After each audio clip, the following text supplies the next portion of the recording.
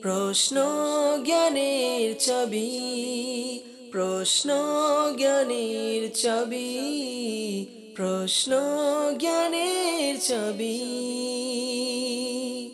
আলহামদুলিল্লাহি রাব্বিল আলামিন ওয়াসসালাতু ওয়াসসালামু আলা সাইয়্যিদিল মুরসালিন আম্মা বা'দ ফাআউযু বিল্লাহি মিনাশ শাইতানির রাজীম বিসমিল্লাহির রহমানির রহিম আসসালাতু ওয়াসসালামু আলাইকা ইয়া রাসূলুল্লাহ ওয়া আলা আলিকা ওয়া আসহাবিকা ইয়া হাবিবাল্লাহ আসসালাতু ওয়াসসালামু আলাইকা ইয়া নবিয়্যাল্লাহ ওয়া আলা আলিকা ওয়া আসহাবিকা ইয়া নূরাল্লাহ। মাদানী চ্যানেলের ধারাবাহিক অনুষ্ঠান প্রশ্ন জ্ঞানের চাবি, এই অনুষ্ঠান নিয়ে আপনাদের মাঝে উপস্থিত হয়েছি। আসুন ভালো ভালো নিয়ত সহকারে আমরা দেখার প্রস্তুতি গ্রহণ করি। নবী পাক সাল্লাল্লাহু তাআলা আলাইহি ওয়াসাল্লাম ইরশাদ করেন, যে ব্যক্তি আমার প্রতি জুমার দিন 200 বার দুরুদে পাক পড়ে তার 200 বছরের গুনাহকে আল্লাহ তাআলা মাফ করে দেন। সাল্লু আলাল হাবিব সাল্লাল্লাহু তাআলা আলা মুহাম্মদ সাল্লাল্লাহু আলাইহি ওয়াসাল্লাম। মাদানী চ্যানেলের দর্শকবৃন্দ, প্রশ্ন জ্ঞানের চাবি এই অনুষ্ঠান আপনাদের প্রশ্নের মাধ্যমে সাজানো হয়েছে। যারা এই অনুষ্ঠান দেখছেন অনুরোধ করব কলম ডায়েরি নিয়ে বসে যান, শরীয়তের বিধান লেখার চেষ্টা করুন। ইনশাআল্লাহুল করিম ইলমে দ্বীন অর্জন করার সৌভাগ্য অর্জন হবে। পাশাপাশি অনুরোধ করব, টিভি স্ক্রিনে নাম্বার দেখানো হচ্ছে, অবশ্যই আমাদেরকে কল করে নিজের প্রশ্ন রেকর্ড করিয়ে দিন। ইসলামী বোনেরা আমাদেরকে কল করবেন না, তবে SMS এর মাধ্যমে বা সোশ্যাল মিডিয়ার মাধ্যমে যারা দেখছেন তারা কমেন্টসের মাধ্যমে আপনাদের শরীয়তের যে কোনো বিধান জানার জন্য ইচ্ছে হয় আমাদেরকে আপনারা মেসেজ বা কমেন্টসের মাধ্যমে প্রশ্ন করতে পারেন। ইনশাআল্লাহুল করিম বিভিন্ন পর্বে আপনাদের আসা প্রশ্ন আমরা অনুষ্ঠানে শামিল করব। আলহামদুলিল্লাহ, এই অনুষ্ঠানে দারুল ইফতাহ আহলে সুন্নাতের মুফতিয়ানে কেরাম বিভিন্ন প্রশ্নের উত্তর দিয়ে থাকেন। আজকেও আলহামদুলিল্লাহ পূর্বের ন্যায় মুফতি শফিক আত্তারি মাদানী দামাত বরকাতুহুল আলিয়া আমাদের সাথে রয়েছেন। ইনশাআল্লাহুল করিম তিনি বিভিন্ন প্রশ্নের উত্তর প্রদান করবেন। আমরা যাব আপনাদের প্রশ্নের দিকে, দেখি কোন ইসলামী ভাই কোথায় থেকে শরীয়তের কোন বিধান জানার জন্য আমাদেরকে প্রশ্ন করেছেন। জি, প্রশ্ন চালিয়ে দিন। আসসালামু আলাইকুম। ওয়ালাইকুম আসসালাম রাহমাতুল্লাহি ওয়া বারাকাতুহু। হুজুরের কাছে আমার একটি প্রশ্ন, অজুবিহীন কবরস্থানে প্রবেশ করা কেমন, জায়েজ নাকি না জায়েজ, জানিয়ে দিলে মেহেরবানি হতো। জি মুফতি সাহেব, কি বলবেন এই বিষয়ে একটু বিস্তারিত বলুন। কবরস্থানে যাওয়ার জন্য তো উজু করার প্রয়োজন নেই। যে উজু থাকলে কবরস্থান যেতে পারবেন এমনটা নয়। যদি কেউ উজুবিহীনও থাকেন তখনও তো কবরস্থানে যেতে পারবেন। কিন্তু যখন কবরস্থানে যাবেন তো সেখানে গিয়ে আমরা কিছু না কিছু পড়ে থাকি, তিলাওয়াত করে থাকি, ফাতিহা পাঠ করি। তো তার জন্য উত্তম হচ্ছে ব্যক্তির যেন উজু থাকে। আর কিন্তু উজু নেই, কিন্তু মুখ দিয়ে আপনি ফাতিহা পাঠ করলেন, মুখ দিয়ে আপনি কুরআন পাঠ করলেন, তো আপনার জন্য এটা জায়েজ রয়েছে। আপনি পড়তে পারবেন, মুখ দিয়ে তো কুরআনও পড়তে পারবেন, আপনার জন্য উজুর প্রয়োজন নেই। কিন্তু উজু থাকলে এটা অধিক উত্তম আমল। আর বাকি কুরআন এবং ফাতিহা উজু ছাড়াও মুখ দিয়ে পড়তে পারবেন। হ্যাঁ, আপনাকে কেউ যদি কোনো পারা দিয়ে দেয় কিংবা কোনো সূরা ধরিয়ে দেয় তো আপনি সেটা ধরতে পারবেন না। উজুবিহীন কুরআন ধরা জায়েজ নেই। আর না এইভাবে আপনি সূরা তিলাওয়াত করতে পারবেন যে আপনি উজুবিহীন ধরে ধরে সূরা পড়বেন, তো এইভাবে এটা জায়েজ নেই। মুখে পড়তে চাইলে তো আপনি যত খুশি পাঠ করুন, কিন্তু সর্বোপরি কবরস্থান জিয়ারতের জন্য উজু শর্ত নয়। এমন নয় যে উজু না থাকলে কবরস্থানের জিয়ারত কিংবা কবরে আপনি যেতে পারবেন না, উজু ছাড়াও যেতে পারবেন। মাশাআল্লাহ, মুফতি সাহেব অত্যন্ত সুন্দরভাবে উত্তর প্রদান করেছেন। আলহামদুলিল্লাহ, নামাজের মাসলা মাসাইল সম্পর্কে আমির আহলে সুন্নাত কর্তৃক লিখিত কিতাব নামাজের আহকাম অধ্যয়ন করার অনুরোধ। জি, পরবর্তী প্রশ্ন চালিয়ে দিন। আসসালামু আলাইকুম রহমতুল্লাহ। ওয়ালাইকুম আসসালাম রহমতুল্লাহি ওয়া বারাকাতুহু। আমার নাম আয়াত হোসেন, বরিশাল থেকে। নামাজে অধিক মনোযোগী হওয়ার জন্য কি কি করণীয়? জি মুফতি সাহেব, কি বলবেন নামাজে মনোযোগী হওয়ার জন্য, একাগ্রতা নামাজ পড়ার জন্য কোন কোন বিষয় আমাদেরকে খেয়াল রাখা জরুরি, একটু বিস্তারিত বলুন। নামাজের মধ্যে মনোযোগ আল্লাহর ইবাদতের দিকে, আল্লাহর মারিফতের দিকে, রব তাআলার জাত অর্থাৎ এই কল্পনার মধ্যে ব্যক্তিকে থাকতে হবে যে আল্লাহ তাআলা আমাদের খালিক, মালিক, আমাদের পালনকর্তা। আমরা আল্লাহ তাআলার ইবাদত করি, নমনীয়তা প্রদর্শন করা। আর আমাদের তো রিওয়ায়াতে বলা হয়েছে আন তা'বুদাল্লাহ কাআন্নাকা তারাহু, আল্লাহর ইবাদত এইভাবে করো যেন তোমরা আল্লাহকে দেখতে পাচ্ছ। ফাইল্লাম তাকুন তারাহু ফাইন্নাহু ইয়ারাক, যদি তোমাদের এই অবস্থা না হয় যে তোমরা আল্লাহকে দেখতে পাচ্ছ না, এমনিতেই তো আল্লাহকে কেউ দেখতে পায় না, ফাইন্নাহু ইয়ারাক, তো এই ইয়াকিন রাখো, এই বিশ্বাস রাখো যে আল্লাহ তোমাদেরকে দেখতে পাচ্ছেন, রব তোমাদের দেখছেন। তো ইবাদত এমন হওয়া উচিত। নামাজে আন্তরিকতা কিভাবে রাখবেন? আপনার চিন্তা ভাবনা করা উচিত যে আপনি আল্লাহর বারেগাহে দাঁড়িয়েছেন। সকলকে এটা চিন্তা করতে হবে। এক বুজুর্গ রহমতুল্লাহি তাআলা আলাইহি, তিনি জীবনের মধ্যে প্রায় ৩০ বছরের চাইতে বেশি এইভাবে নামাজ পড়েছেন। বললেন যে আমি প্রথমে ভালোভাবে উজু করে নিই, পবিত্রতা অর্জন করি, অতঃপর আমার চিন্তা চেতনাকে এক জায়গায় বেঁধে রাখি যাতে এদিক সেদিক খেয়াল না যায়। অতঃপর নামাজ শুরু করি। তাকবীরে তাহরিমা যখন আমি আদায় করি তখন মনে হয় যে হানাই কাবা আমার সামনে, ফুল সিরাতের উপর আমি দাঁড়িয়ে আছি, আমার সামনে মালাকুল মৌত রয়েছে, আমার ডান দিকে জান্নাত, বাম দিকে জাহান্নাম, আর আমি এই কল্পনা করি এটা আমার জীবনের শেষ নামাজ। এখন সেই পদ্ধতিতে আমি নামাজ আদায় করি। তো এই পদ্ধতি আমাদের অবলম্বন করা উচিত। আর যদি আমাদের কোনো ইন্টারভিউ থাকে, কোনো বসের নিকট যেতে হয়, তো আমরা অনেক ব্যবস্থা গ্রহণ করি। অতঃপর যেখানে আমাদের জানা হয় যে চাকরি দেওয়া হবে কিংবা বের করে দেওয়া হবে, তাহলে আরও বেশি ব্যবস্থা গ্রহণ করি। কাপড়ও দেখে থাকি, মোবাইলও দেখে থাকি, অন্যান্য বিষয় যেন এমন কিছু না হয় যাতে তিনি অপছন্দ করেন। তো তারা অনেক ভীত হয়ে সেখানে উপস্থিত হন। তো যেটা আমাদেরকে বলা হয়েছে আনতা আবুদাল্লাহ, যে আল্লাহর তোমরা ইবাদত করো, এই পদ্ধতিতে যেন তোমরা আল্লাহকে দেখতে পাচ্ছ। তো এটি একটি কল্পনা তৈরি করার জন্য যে রবের ভয় এভাবে অন্তরে একত্রিত করে। এদিক সেদিক কোনো হিসাব যেন অন্তরের মধ্যে না থাকে, যে সেখানে একসাথে গিয়ে সব হিসাব নিকাশ শুরু করে দিবেন, এটা শরীভাবে ঠিক নয়। তো এই বিষয়গুলো আপনি মনোযোগ দিয়ে দেখুন, আর নামাজ মনোযোগ সহকারে পড়লে ইনশাআল্লাহ তার বরকত পেয়ে যাবেন। পরবর্তী প্রশ্ন চালিয়ে দিই। আমার নাম শাহাদাত। হুজুরের কাছে একটা প্রশ্ন, নামাজের মুখে দুনিয়ার চিন্তা কেন আসে এটা জানিয়ে দিলে ভালো হবে। জি মুফতি সাহেব, নামাজে দুনিয়ার খেয়াল কেন আসে একটু বিস্তারিত বলুন এই বিষয়ে। এটি আপনি নিজে নিজেকে প্রশ্ন করুন যে আপনি যখন নামাজ শুরু করেন আপনার খেয়াল আসে। তো আমি যে উদাহরণ দিয়েছি যে কখনো বসের নিকট যাচ্ছেন, ইন্টারভিউর জন্য যাচ্ছেন, অন্য কোনো জায়গায় গেলে সেখানে কেন খেয়াল আসে না? সেখানে কখনো চিন্তা করেছি আমরা যে কথা আমরা নিজেদের অফিসারের সাথে বলছি, আর কখনো আমরা এদিক দেখছি, এদিক সেদিক তাকাচ্ছি, কখনো এমনটা হবে? হবে না। আমরা মনোযোগ রাখি সেই দিকে। আর দ্বিতীয় কথা হচ্ছে এমন খেয়াল কেন আসে? শয়তান সে আমাদের দুশমন। সে চাই না যে আমরা নামাজ পড়ি, সে চাই না যে আমরা দোয়া করি, সে চাই না যে আমরা আল্লাহকে রাজি করার মতো কোনো কাজ করি। সে পিছনে পড়ে থাকে, কারো পবিত্রতা অর্জনে সে বাধা প্রদান করে। উজু ঠিক হয়নি, উজু ঠিক হয়নি, কারো ইস্তিনজা ঠিক হয়নি, তো এইভাবে সে লেগে থাকে। সে মানুষের সাথে খেলা করে, মানুষকে পেরেশান করে। আচ্ছা, কেউ তাকে ধিক্কার দিলে আর সে এসে উজুও করলো, সব কিছু করে, মসল্লায় দাঁড়িয়ে গেল, এখন শয়তান এসে তার চিন্তা ভাবনাগুলোকে এদিক সেদিক ঘুরাতে থাকে। তো আমাদের উচিত আমরা তার কথা নয়, বরং আমরা সে ইবাদতের দিকে মনোযোগ দিব। যদি চিন্তা সেদিকেও যায়, দ্রুত এদিকে চলে আসবে। মন সেদিকে গেলেও দ্রুত যেন ফিরে যায়।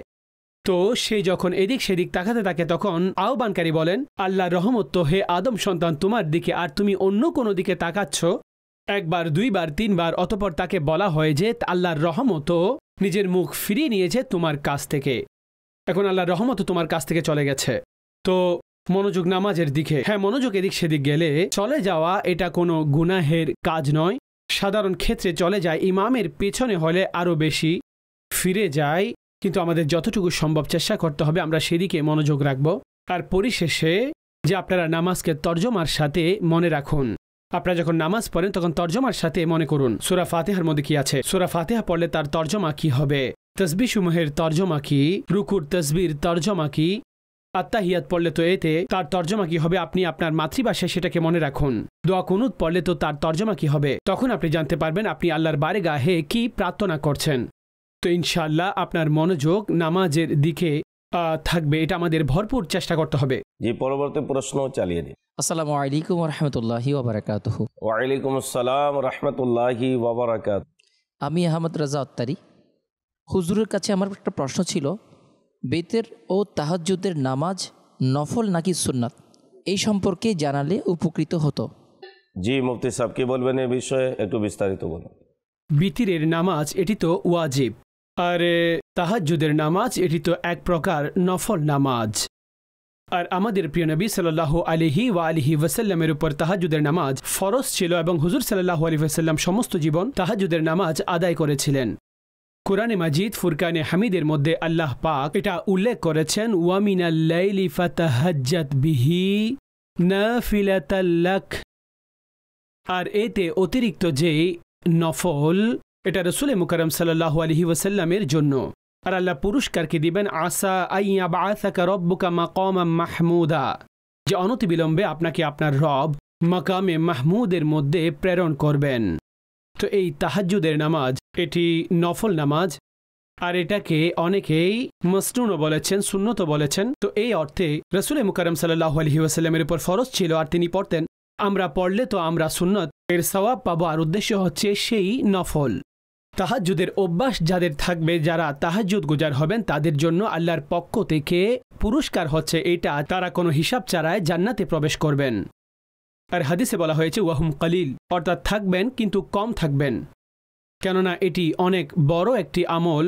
যে ব্যক্তি ঘুম থেকে ফরজ নামাজের জন্য, তো যাদের নামাজের অভ্যাস রয়েছে তারা উঠার চেষ্টা করেন আর উঠেন, কিন্তু নফল নামাজের জন্য উঠা এবং তাহাজ্জুদের জন্য উঠা এটা প্রত্যেকের জন্য এতটা সহজ নয়। আর প্রত্যেকে নিজের নফসকে কন্ট্রোল করবে, আরামকে ছেড়ে দিবে। এখন গরম থাকলে তো এসিওয়ালা রুম ছেড়ে দিবেন, শীতকালে গরম গরম বিছানা এটা ছেড়ে দিবেন, অতঃপর তাহাজ্জুদের দিকে অতঃপর কিছুক্ষণ অপেক্ষা করে ফজরের নামাজে অগ্রসর হওয়া। তো এটা নফসের উপরে যতটা কষ্টদায়ক হয়ে যায়, যতটা কঠিন এই কাজ, আল্লাহ পাক তার জন্য তত বড় পুরস্কারও রেখেছেন। আর কোনো হিসাব নিকাশ ছাড়াই আল্লাহ তাদেরকে জান্নাতে প্রবেশ করিয়ে দিবেন। তাহাজ্জুদের নামাজের মধ্যে আপনি কমপক্ষে 2 রাকাত, অতিরিক্ত হলে আপনি 8 রাকাত পড়তে চান কিংবা 12 রাকাত পড়তে চান, পড়তে পারেন। তো 8 রাকাত পড়া রাসূল পাক সাল্লাল্লাহু আলাইহি ওয়াসাল্লাম থেকে প্রমাণিত। মাশাআল্লাহ, অত্যন্ত সুন্দরভাবে মুফতি সাহেব উত্তর প্রদান করেছেন। নামাজের উৎসাহ বাড়ানোর জন্য, তাহাজ্জুদের নামাজ আদায় করার জন্য অনুরোধ করব দাওয়াত ইসলামীর পরিবেশে আলহামদুলিল্লাহ 1 মাসের জন্য, 12 দিনের জন্য, 3 দিনের জন্য কাফলা সফর করে থাকে। আপনিও এই কাফলাতে সফর করার চেষ্টা করুন। জি, পরবর্তী প্রশ্ন চালিয়ে দিন। আসসালামু আলাইকুম। ওয়ালাইকুম আসসালাম রহমতুল্লাহি ওয়া বারাকাতুহু। হুজুরের কাছে একটি প্রশ্ন, আল্লাহ পাক সম্পর্কে খারাপ ধারণা থাকলে কি করা উচিত, জানিয়ে দিলে মেহেরবানি হতো। জি মুফতি সাহেব, কি বলবেন এই বিষয়ে? আল্লাহ রাব্বুল আলামিনের রাতের ব্যাপারে ভালো ধারণা রাখা এটি ওয়াজিব। আর খারাপ ধারণা, খারাপ চিন্তা মাযআল্লাহ আল্লাহর রাতের ব্যাপারে, তো এটা নাজায়েজ এবং হারাম। আর তার অনেক অবস্থা এমন রয়েছে যেটা কুফরি পর্যন্ত পৌঁছে দেয়। তো আল্লাহ পাক এর রাতের ব্যাপারে কখনো কোনো অহেতুক চিন্তা, ভাবনা কিংবা ধারণা এটা তৈরি হওয়া উচিত নয়। আল্লাহর রাতের ব্যাপারে ভালো ধারণা রাখা এটা ওয়াজিব। আর হাদিসে কুদসি রয়েছে, আল্লাহ রাব্বুল আলামিন ইরশাদ করেছেন যে আমি আমার বান্দার ধারণা অনুযায়ী তার কার্য সম্পাদন করি। তো আল্লাহ রাব্বুল আলামিনের ব্যাপারে ভালো ধারণা রাখুন। ক্ষতির সম্মুখীন হলে, পরীক্ষার সম্মুখীন হলে, তো এটা আপনার আর আমার সাথে নির্ধারিত নয়। আমরা দেখতে গেলে তো পরীক্ষাসমূহ আল্লাহ তাআলার পয়গম্বরদের উপরে, আল্লাহর নবীগণের উপরে, আল্লাহর রাসূলগণের উপরে। আর এমন নৈকট্যশীল বান্দা, মুকররব বান্দাগণ, আউলিয়ায়ে সালেহীন, তাদের উপরও পরীক্ষা আসে না, একেবারেই আসে না পরীক্ষা। তো আমরা যে জীবন পরিচালিত করছি তার মধ্যে আমাদের চিন্তা রাখতে হবে, অবশ্যই এই পরীক্ষা করা হবে, কষ্টও আসবে, কিন্তু এটার উদ্দেশ্য এটা নয় যে আমরা ইমানওয়ালা আর ইমানদারদের উপরে কোনো ধরনের কোনো প্রবলেম হতেই পারে না। অথচ হাদিসের মধ্যে তো এটা ইরশাদ করা হয়েছে, বান্দার উপর যে পরীক্ষা করা হয় সেটা তার দ্বীনের বিবেচনায় হয়ে থাকে। যে দ্বীনের ক্ষেত্রে যতটুকু নিকটবর্তী, দ্বীনের ক্ষেত্রে যতটুকু নিকটবর্তী, পরীক্ষাও তত বড় হয়। না হয় কোনো নবীর উপরে কোনো পরীক্ষা আসা উচিত নয়, কোনো পয়গম্বরদের উপরে এই ধরনের কিছু আসা উচিত নয়। আল্লাহর নবীগণকে, পয়গম্বরদেরকে কিভাবে পরীক্ষা নেওয়া হয়েছে। আর যদি আমরা এই বিবেচনায় দেখি, তো সাহাবায়ে কেরাম আলাইহিম রিদওয়ান, ওনাদের দেখলে, আহলে বাইতে আতহারকে দেখলে, তো ওনাদের জীবন অনেক পরীক্ষা এসেছে, অনেক কষ্ট এসেছে। তো এটা মিন জানিবিল্লাহ, এই বিষয়সমূহ আমাদের আল্লাহর লিখিত সেই তাকদীরের উপরে বিশ্বাস রাখতে হবে। উল্লা ইউসিবানা ইল্লা মা কাতাবাল্লাহু লানা হুয়া মাওলানা। আপনি বলে দিন, কোনো অবস্থায় কোনো মুসিবত আমাদের কাছে আসে না, কিন্তু যা আমাদের রব আমাদের জন্য লিপিবদ্ধ করেছেন, আর আমাদের আল্লাহর উপর তাওয়াক্কুল রয়েছে, ভরসা রয়েছে, সেটা আমাদের জন্য ভালো হোক কিংবা মন্দ হোক, আমাদের সেটার উপর ঈমান রয়েছে, আমাদের তার উপর ভরসা রয়েছে, আমাদের তার উপর ভরসা এবং তাওয়াক্কুল রয়েছে, আর ইয়াকিন রয়েছে। আমরা আল্লাহর ব্যাপারে মাযআল্লাহ কোনো ধরনের কোনো খারাপ চিন্তা, মন্তব্য করব না। যা পরীক্ষা রয়েছে হতে পারে সেটা দুনিয়ার মধ্যে ব্যক্তির গুনাহের ক্ষমার একটি মাধ্যম, আর নেককারের উপরে যে এই পরীক্ষা আসে সেটা তাদের অবস্থান আরও উন্নত করার মাধ্যম। তো আমাদের চিন্তা এমন হওয়া উচিত, আল্লাহ পাকের ব্যাপারে অহেতুক চিন্তা করা এটা একেবারে জায়েজ নেই। আর অনেক অবস্থা এটা আল্লাহ না করুক কেউ যদি এমন চিন্তা করেন যে আল্লাহ আমার অবস্থা পরিবর্তনের কুদরত রাখেন না, আমার অবস্থার ব্যাপারেই জানেন না, রব আমার অবস্থা পরিবর্তনই করতে পারেন না, মাদ আল্লাহ, তো এটা কুফরি আল্লাহর ব্যাপারে। তো এই জন্য নিজের চিন্তা ভাবনাগুলোকে পবিত্র রাখা সেটা জরুরি হয়ে যায়। আল্লাহ তাবারাক ওয়া তাআলার সম্পর্কে কেমন জ্ঞান থাকা জরুরি, ইলম থাকা জরুরি, আল্লাহ তাবারাক ওয়া তাআলার প্রতি কেমন আকীদা থাকা জরুরি, আলহামদুলিল্লাহ বিস্তারিত মুফতি সাহেব উত্তর প্রদান করেছেন। মাদানী চ্যানেলের দর্শকবৃন্দ, আপনারা দেখছেন অনুষ্ঠান প্রশ্ন জ্ঞানের চাবি। এই অনুষ্ঠান আপনাদের প্রশ্নের মাধ্যমেই সাজানো হয়েছে। যারা এখনও আমাদেরকে কল করেননি, অনুরোধ করব, টিভি স্ক্রিনে নাম্বার দেখানো হচ্ছে, আপনারা কল করে নিজের প্রশ্ন রেকর্ড করিয়ে দিন। ইনশা আল্লাহুল করিম শরীয়তের বিভিন্ন বিধিবিধান শেখার আমরা সৌভাগ্য অর্জন করছি। আপনাদের পক্ষে আসা প্রশ্নের উত্তর আলহামদুলিল্লাহ দারুল ইফতা আহলে সুন্নাতের মুফতি শফিক আত-তারিম মাদানী দামাত বরকাতুহুল আলিয়া প্রদান করে থাকেন। তাই অনুরোধ করব আপনারা প্রশ্ন করতে ভুলবেন না। জি, পরবর্তী প্রশ্ন চালিয়ে দিন। আসসালামু আলাইকুম। ওয়ালাইকুম আসসালাম রাহমাতুল্লাহি ওয়া বারাকাতুহু। আমার নাম মোহাম্মদ মিরাজ। হুজুরের কাছে আমার একটি প্রশ্ন, নাকের নরম স্থান পর্যন্ত পানি প্রবেশ করে পরিপূর্ণভাবে গোসলের পরে আবার অজু করে নামাজে যেতে হবে কি, নাকি অজু না করলেও হবে? এই সম্পর্কে জানিয়ে দিলে মেহেরবানি হতো। জি, মুফতি সাহেব কি বলবেন? অনেকের অভ্যাস সেটি গোসল করে নেওয়ার পর আবার পুনরায় অজু করে থাকে। তো শরীয়ত এ বিষয়ে কি আমাদেরকে পদ্ধতি দিয়েছে, একটু বিস্তারিত বলুন। যখন আপনি গোসল করে নিয়েছেন, আর গোসল যখন ব্যক্তি করেন তার উজুর অঙ্গগুলো ধৌত হয়ে যায়, কুলি করা, নাকে পানি দেওয়া, এগুলো তো উজুর মধ্যে সুন্নাত কিন্তু গোসলের ফরজের অন্তর্ভুক্ত। তো যখন আপনি কুলিও ভালোভাবে করে নিয়েছেন আর নাকের মধ্যে পানিও চড়িয়ে নিয়েছেন, অতঃপর উজুর অঙ্গগুলো ধুয়ে নিয়েছেন, অর্থাৎ আপনি গোসল করে নিয়েছেন, তো এই অবস্থায় আপনার ওযু হয়ে গেছে।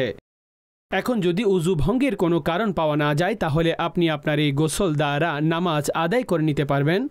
আম্মা আয়েশা সিদ্দিকা রাদিয়াল্লাহু তাআলা আনহার হাদিস যে রাসূল পাক সাল্লাল্লাহু আলাইহি ওয়াসাল্লাম যখন নামাজের জন্য যেতেন তখন গোসল করে নিতেন, উজু করতেন না, উজু পুনরায় তিনি পুনরাবৃত্তি করতেন না। অর্থাৎ উজু ভঙ্গের যদি কোনো কারণ পাওয়া না যায় তাহলে আপনি বা উজুও হয়ে গেছেন, অর্থাৎ গোসল করলে উজুও হয়ে যায়। তো এই অবস্থায় আপনার সবকিছু একেবারে ঠিক আছে, আপনার গোসলও বিবেচিত হবে আর আপনার উজু রয়েছে, এইভাবেই আপনি নামাজ পড়তে পারেন। নামাজের আহকামের একটি অধ্যায় হচ্ছে গোসলের পদ্ধতি। এই গোসলের পদ্ধতি অবশ্যই অধ্যয়ন করুন ইনশা আল্লাহুল করিম। গোসল সম্পর্কে আরও বিভিন্ন মাসলা মাসাইল শিখতে পারবেন। জি, মাদানী চ্যানেলের দর্শকবৃন্দ, এই অনুষ্ঠানের সর্বশেষ প্রশ্ন আমরা শুনব, এরপরে মুফতি সাহেব থেকে উত্তর নিয়ে তারপরে বিদায় নিব। জি, প্রশ্ন চালিয়ে দিন। আসসালামু আলাইকুম রহমতুল্লাহ। ওয়ালাইকুম আসসালাম রহমতুল্লাহি ওয়া বারাকাতুহু। আমার নাম জাহিদুল ইসলাম আত্তারি। হুজুরের কাছে আমার একটা প্রশ্ন, হাঁটুর উপর কাপড় উঠে গেলে উজু ভাঙবে কি, জানিয়ে দিলে একটু উপকৃত হতাম। জি, মুফতি সাহেব কি বলবেন? শরীয়তের কি বিধান এই সম্পর্কে একটু বিস্তারিত বলুন। কাপড় যদি হাঁটুর উপরে উঠে যায় কিংবা কাপড় পরিবর্তন করতে হয় এতে উজু ভঙ্গ হবে না। কিছু লোক এটা মনে করেন যে সম্ভবত শরীর উলঙ্গ হয়ে গেছে তো উজু ভেঙে যায়, একটি কাপড় খুলে আরেকটি পরিধান করলে তো এইভাবে উজু ভঙ্গ হয়ে যায়, এমনটা নয়। শরীর প্রকাশ পেয়েছে কিংবা কাপড় হাঁটু থেকে সরে গেছে কিংবা আপনি কাপড় পরিবর্তন করেছেন, কোনো অবস্থায় উজু আপনার ভাঙবে না, উজু ওনার ভাঙবে না, উজু যথাযথ থেকে যাবে। যদিও বা প্রকাশ থাকে কারো সামনে তো এইভাবে আপনি সতর প্রকাশ করবেন না যে হাঁটুর কাপড় যেন উঠে যায়, কেননা যদি লোকেরা দেখে কিংবা এমন কোনো জায়গাতে রয়েছেন যে হাঁটু প্রকাশ পেয়ে যায়, রান প্রকাশ পেয়ে যায়, তো এটা তো নাজায়েজ, এটা সতরের অন্তর্ভুক্ত। নাভি থেকে শুরু করে পায়ের হাঁটু পর্যন্ত এটা পুরুষের ঢাকার জায়গা, কিন্তু তথাপিও যদি কেউ তার কাপড় ততটুক পর্যন্ত তুলে ফেলে কিংবা উঠে যায় তো এর উপরে তার রান কিংবা তার হাঁটু প্রকাশ পেয়ে যায়, তো এই আমল তো আপন জায়গার নাজায়েজ এবং ভুল ছিল, কিন্তু সর্বোপরি তার উজু ভেঙে যায়নি, উজু ভাঙবে না। আর কেউ যদি একাকী রয়েছেন, কাপড় পরিবর্তন করছেন, ওয়াশরুমে আছেন, কাপড় পরিবর্তন করছেন, তাহলে তো সতর প্রকাশ পাবে, তো এতে উজু ভাঙেনি, উজু আপনার যথাযথ রয়েছে। মাশাআল্লাহ, অত্যন্ত সুন্দরভাবে মুফতি সাহেব উত্তর প্রদান করেছেন। নামাজের আহকামের একটি অধ্যায় হচ্ছে অজুর পদ্ধতি। এই অজুর পদ্ধতি অধ্যায়ের মধ্যে অজু সম্পর্কে বিভিন্ন মাসলা মাসাইল আমির আহলে সুন্নাত দামাত বারকাতুহুল্লাহ আলিয়া লিপিবদ্ধ করেছেন। অবশ্যই এই কিতাবটি অধ্যয়ন করুন। মাদানী চ্যানেলের দর্শকবৃন্দ, অনুষ্ঠানের সময় একেবারে শেষ। যারাই আমাদেরকে প্রশ্ন করেছেন, আপনাদের জন্য দোয়া রইল। আল্লাহ তাবারাকা ওয়া তাআলা আপনাদের সবাইকে ভালো ও সুস্থ রাখুক। অনুরোধ করব মাদানী চ্যানেলের সাথেই থাকুন। আল্লাহ তাবারাকা ওয়া তাআলা আমাদেরকে ইলমে দ্বীন অর্জন করার তৌফিক দান করুক। আমিন। বিজাহি খাতিমিন নবিয়িন সাল্লাল্লাহু আলাইহি ওয়াসাল্লাম। সাল্লু আলাল হাবিব সাল্লাল্লাহু তাআলা আলা মুহাম্মদ সাল্লাল্লাহু আলাইহি ওয়াসাল্লাম। প্রশ্ন জ্ঞানের চাবি, প্রশ্ন জ্ঞানের চাবি, প্রশ্ন জ্ঞানের চাবি।